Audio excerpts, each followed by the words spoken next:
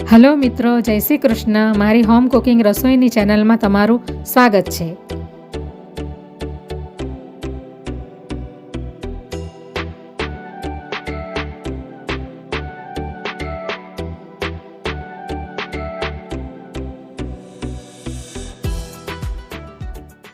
હું બુંદીના રાયતાની recipe share કરવાની છું, સમર સ્પેશિયલ.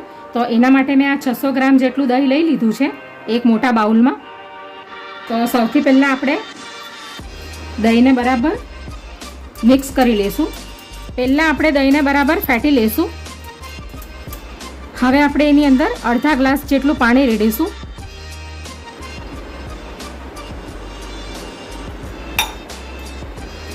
ફરીથી મિક્સ કરી લઈશું બરાબર. તો હવે દહીં બરાબર ફેટાઈ ગયું છે આ રીતનું. તો હવે દહીંને મેં મિક્સ કરી લીધું છે બરાબર. તો હવે આપણે એની અંદર મસાલા નાખી દઈશું. તો આ સંચળ પાવડર છે, બ્લેક સોલ્ટ, એ નાખી દઈશું અડધી ચમચી જેટલો. અને આ ખાવાનું રેગ્યુલર મીઠું છે એ નાખી દઈશું અડધી ચમચી. અને ચાટ મસાલો છે અડધી ચમચી. અને કાશ્મીરી લાલ મરચું છે એ અડધીથી પણ ઓછી ચમચી છે. હવે આપણે એની અંદર શેકેલું જીરું નાખીશું, અધ કચરું ખાંડેલું. અને આ અડધી ચમચી વરિયાળી છે, એને મેં અધ કચરી વાટી લીધી છે, એ પણ નાખી દઈશું.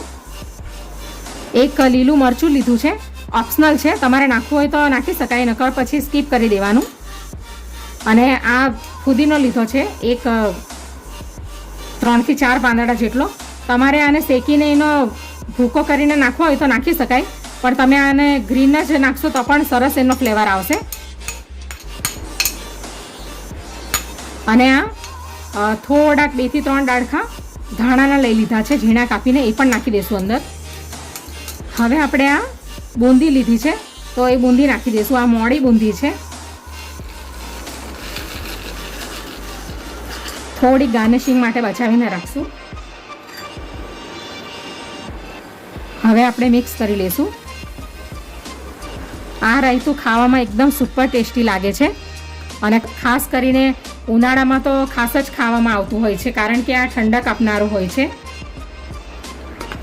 અને એકદમ ઇઝી અને તરત જ 2-3 મિનિટમાં બની જાય એવી રેસીપી છે. તો હવે બુંદીનું રાયતું રેડી થઈ ગયું છે. તો એની કન્સિસ્ટન્સી આ ટાઈપની આપણે રાખી શકાય. તમારે થોડુંક ઠીક રાખવું હોય તો તમે રાખી શકો. હવે આપણે થોડુંક ઉપરથી લાલ મરચું નાખી દઈશું, એટલે એનો લુક સારો આવશે. થોડાક ધાણા નાખી દઈશું ઉપરથી. થોડીક આપણે બુંદી બચાવીને રાખીએ છીએ એ પણ નાખી દઈશું.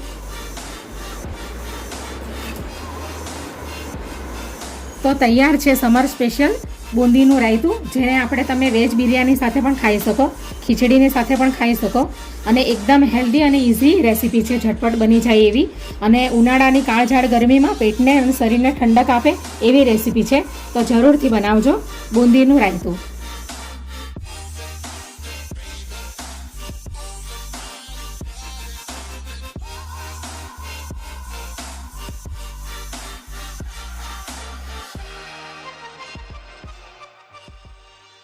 Audio Jungle.